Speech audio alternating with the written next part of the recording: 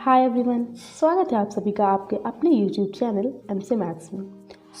आज की इस वीडियो में हम chapter number 4 linear equation in two variable के इंट्रोडक्शन पार्ट को देखेंगे। ठीक है, इसके पहले की वीडियोस में मैंने चैप्टर नंबर 1 से लेकर के चैप्टर नंबर 3 तक के सारे एनसीईआरटी के क्वेश्चंस को डिस्कस किया हुआ है। अगर आपको उसमें कोई प्रॉब्लम है तो आप उसको जाकर के देख सकते हैं। स्टार्ट करते हैं इंट्रोडक्शन को। Linear equation in two variable, सबसे पहले हमको इसका मतलब पता होना चाहिए कि ये इसका मतलब होता है क्या। ठीक है, तो वेरिएबल्स के बारे में अगर बात करें तो आप जानते होंगे कि वेरिएबल्स जितने भी अल्फ़ाबेट्स होते हैं A to Z उनको हम वेरिएबल्स बोलते हैं। ठीक है, और यहाँ पर मेंशन है टू, तो टू वेरिएबल्स का क्या मतलब है कि यहाँ पर हम टू अल्फ़ाबेट को यूज़ करेंगे। और इक्वेशन का मतलब है कि इक्वल का साइन भी हो बीच में। ठीक है, और लीनियर का मतलब कि जैसे मैं यहाँ पर अगर एग्जाम्पल लूँ एक, लाइक 2x + y = 6। ठीक है, तो आप यहाँ पर देखो कि आपको टू वेरिएबल्स दिख रहे हैं x और y। ठीक, और इक्वेशन मतलब यहाँ पे बीच में इक्वल का साइन भी लगा हुआ है। ठीक, और लीनियर का क्या मतलब है? लीनियर का मतलब है कि जो भी आपने वेरिएबल्स यूज़ किए हैं उसकी जो डिग्री है वो हाईएस्ट जो पावर है उसकी डिग्री का मतलब वो 1 है। ठीक, यहाँ पर देखो हाईएस्ट जो पावर है वो 1 है, तो इसी को हम बोलते हैं linear equation in two variable. ठीक, तो इसका जो जनरल फॉर्म होता है वो होता है हमारा ax + by + c = 0। ठीक है, यहाँ पर जो a है हमारा वो कोफिशिएंट ऑफ x है। ठीक है, b कोफिशिएंट ऑफ y है, और यहाँ पर c जो है वो हमारा कांस्टेंट है। तो हम कहेंगे कि a, b और c जो है यहाँ पर रियल नंबर्स हैं। ठीक है, तो ये जो मैंने ऊपर अभी एग्जांपल आपको लेकर के बताया था, आप यहाँ पर देखो तो इसमें अगर आप कंपेयर करो, इस फॉर्म में अगर आप इसको लिखो तो आप कुछ ऐसे लिखोगे 2x + y = -6 = 0। ठीक है, यहाँ पर इस 6 को आप उधर ये पॉजिटिव का था इधर लाओगे, इक्वल के इधर लाओगे तो ये नेगेटिव का हो जाएगा, तो यहाँ पर ये मैंने इस तरह से लिखा हुआ है। ठीक है, तो यहाँ पर x का जो कोफिशिएंट है मतलब a वो 2 है। ठीक है, b अगर देखें तो 1 है, और अगर c देखें तो -6 है। ठीक है, ठीक है, तो ये जो आप फॉर्म देख रहे हो ax + by + c = 0, ये जो इक्वेशन है एक ये स्ट्रेट लाइन की इक्वेशन है। ठीक है, जब भी आप इसका ग्राफ बनाओगे तो वो हमेशा एक स्ट्रेट लाइन होगी। ठीक है, तो अभी जो है हम इसके ग्राफ के बारे में डिस्कस करते हैं। तो इसका ग्राफ बनाने के लिए अगर हम कोई एक एग्जांपल लें, मतलब ये तो एक हमारी जनरल इक्वेशन है, एक अगर हम एग्जांपल लें लाइक 4x + y = 8। ठीक है, ये हमने एक एग्जांपल लिया हुआ है। यहाँ पर आप कंपेयर करोगे तो a हमारा हो जाएगा 4, b हो जाएगा 1 और c हो जाएगा -8। ठीक है, तो ग्राफ बनाने के लिए जो हमारा सबसे पहला स्टेप होता है, फर्स्ट स्टेप, उसमें हमें क्या करना होता है कि एक वेरिएबल की हमें वैल्यू को निकालनी होती है। यहाँ पर x और y टू वेरिएबल्स हैं, तो एक वेरिएबल की वैल्यू दूसरे वेरिएबल के टर्म्स में हमें निकालनी होती है। ठीक, तो अगर हम यहाँ से y की वैल्यू को निकालना चाहें तो y = हो जाएगा 8 - 4x। ठीक है, क्योंकि ये जो 4x था ये यहाँ पे पॉजिटिव का था, तो ये इक्वल के उस तरफ जाएगा तो नेगेटिव का हो जाएगा। ठीक, तो यहाँ से हमने क्या किया, y को एक्सप्रेस किया इन टर्म्स ऑफ x। ठीक, ये हमारा फर्स्ट स्टेप था। अब क्या करना है अब हमें क्या करना है कि जो सेकंड स्टेप है इसमें हमें x की कोई भी दो वैल्यू को लेना है। ठीक है, ताकि हम उस वैल्यू को इसमें पुट करें और वहाँ से हम y की वैल्यू को फाइंड आउट कर पाएँ। ठीक है, तो अगर मैं सबसे पहले x की वैल्यू लिखती हूँ, लेट x = 0। ठीक, तो जब मैं यहाँ पे x को 0 रखूँगी, एक बार रख के दिखाती हूँ, y = 8 - 4 × 0, तो आपको मिलेगा केवल 8।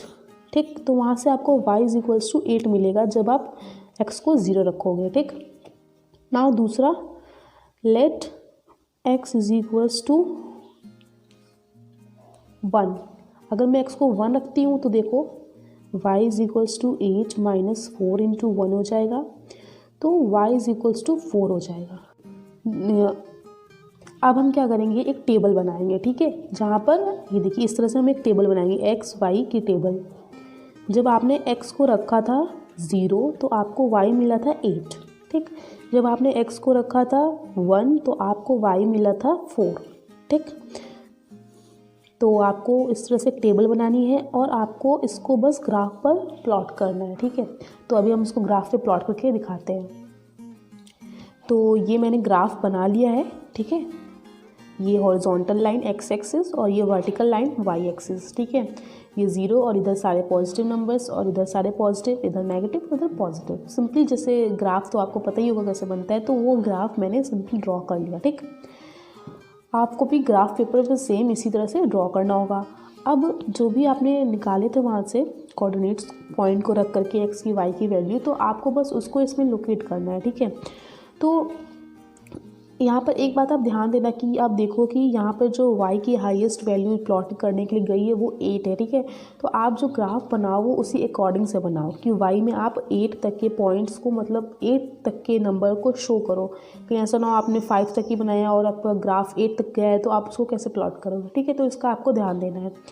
तो सबसे पहले x 0 है तो हम यहाँ पर आ गए 0 और y में 8, मतलब सबसे पहला हमारा जो पॉइंट है कोऑर्डिनेट है वो 0,8 है और जो दूसरा है वो है 1,4, ठीक है। तो 0 यहाँ पर है, y में हम 8 देखें तो यहाँ पर है, तो हमारा पॉइंट ये हो जाएगा 0,8, ठीक। दूसरा पॉइंट है 1,4, तो ये देखिए x एक्सिस में 1 और y में 4। अगर हम यहाँ ये रहा है हमारा पॉइंट 1,4, ठीक है। अब हम क्या करेंगे, जो हमारा 5th स्टेप होगा उसको हम क्या करेंगे, ये जो हमें पॉइंट्स मिले ना इसको हम जॉइंट कर देंगे, ठीक है। इस तरह से एक स्ट्रेट लाइन खींच देंगे। 4x + y = 8, ठीक है। इस इक्वेशन का ये हमने ग्राफ ड्रॉ कर लिया। ये मैंने एग्जांपल लेकर के आपको समझाने की कोशिश की है। इसके बाद में हम लोग एक्सरसाइजेज में भी इस तरह के क्वेश्चंस को डील करेंगे, ओके।